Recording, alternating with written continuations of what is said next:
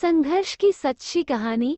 प्राचीन समय की बात है। एक शहर में एक व्यक्ति रहता था जिसका नाम चंदन था।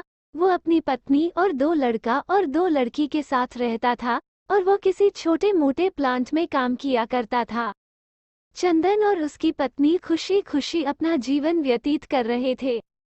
समय का चक्र बीत रहा था और उनके लड़का लड़की बड़े होते जा रहे थे।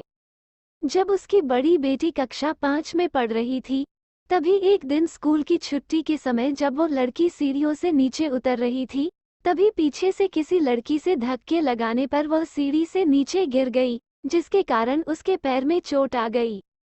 जब लड़की घर पर लंगड़ती हुई आई तो उसके पिता ने पूछा, क्या हुआ? तभी लड़की ने उन्हें पूरी बात बताई। पिता ने सोचा छोटी मोटी चोट है, और यह सोचकर उसने अपनी बेटी से कहा कि इसे गर्म पानी से सेक लो, ठीक हो जाएगा। कुछ दिन बीतने के बाद लड़की का पैर फूलने लगा और उसे चलने में दिक्कत होने लगी। तभी उसके पिता ने कुछ लोगों की बातें सुनकर किसी एक ओझा को ले आए, जबकि उसे कुछ नहीं आता था और वह पैर ठीक नहीं कर पाया। कुछ समय बीतने के बाद जब उसकी लड़की की हालत और ज्यादा खराब होती जा रही थी, एक दिन जब उसके पिता अकेले कहीं बैठे हुए थे तो वो मन ही मन सोच रहे थे कि क्या करें। तभी सोचते सोचते उनके दिमाग में आया, क्यों ना डॉक्टर से दिखाया जाए। तभी दूसरे दिन वो अपनी लड़की को लेकर वहीं पास के अस्पताल में जाते हैं। डॉक्टर जब लड़की को देखता है तो लड़की के पिता से कहता है कि जल्द ही इसका ऑपरेशन करना होगा, क्योंकि इस लड़की के पैर में एक बहुत बड़ा घाव हो चुका है, जिसके कारण लड़की का पैर भी काटना पड़ सकता है। पिता डॉक्टर से पूछता है कि ऑपरेशन में कितने पैसे लगेंगे। तभी डॉक्टर कहता है 40,000 रुपये लगेंगे। पिता घबरा जाता है, लेकिन पैसे की तलाश में इधर से उधर जाने लगता है। इधर उधर भाग दौड़ करने के बाद पैसे की व्यवस्था कर लेता है और लड़की का ऑपरेशन हो जाता है।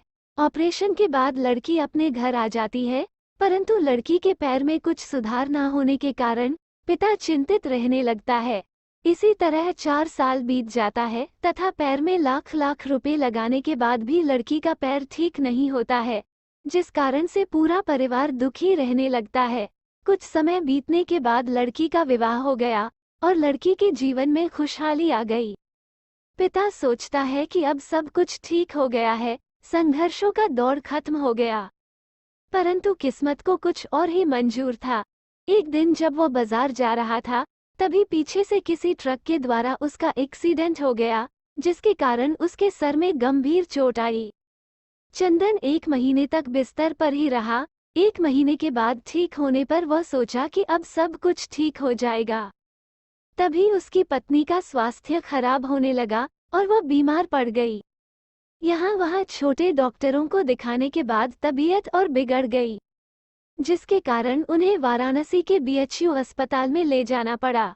वहां जाकर पता चला कि उसकी पत्नी के पेट में गंभीर बीमारी हो गई है, परंतु चंदन को यह विश्वास था कि उसको पत्नी ठीक हो जाएगी, और चंदन इसी विश्वास के साथ अपनी पत्नी को हमेशा वाराणसी के अस्पताल में ले जाने लगा। कुछ समय बीतने के बाद पत्नी की तबीयत में सुधार आने लगी। चंदन सोचा कि अब सब कुछ ठीक हो जाएगा। एक बार जब वो अपनी पत्नी को वाराणसी के अस्पताल में ले गया, डॉक्टर ने सभी रिपोर्टों को देखते हुए कहा, सब कुछ ठीक है।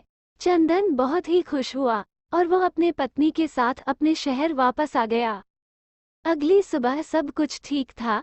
चंदन का बड़ा और छोटा बेटा दोनों स्कूल चले गए और चंदन अपने काम पर चला गया। बड़ा बेटा स्कूल में सोच रहा था कि चलकर माँ से कुछ बातें करेंगे।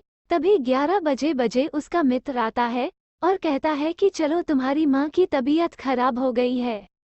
बड़ा बेटा दौड़ता हुआ अपने घर की तरफ आता है।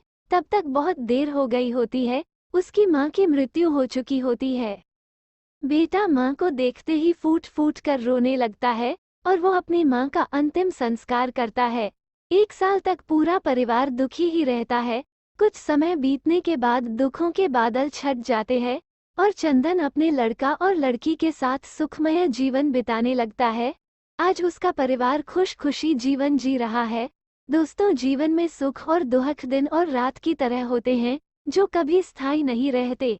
इसलिए दुख के समय में कभी हिम्मत नहीं हारना चाहिए तथा सुख के समय कभी अहंकार नहीं करना चाहिए।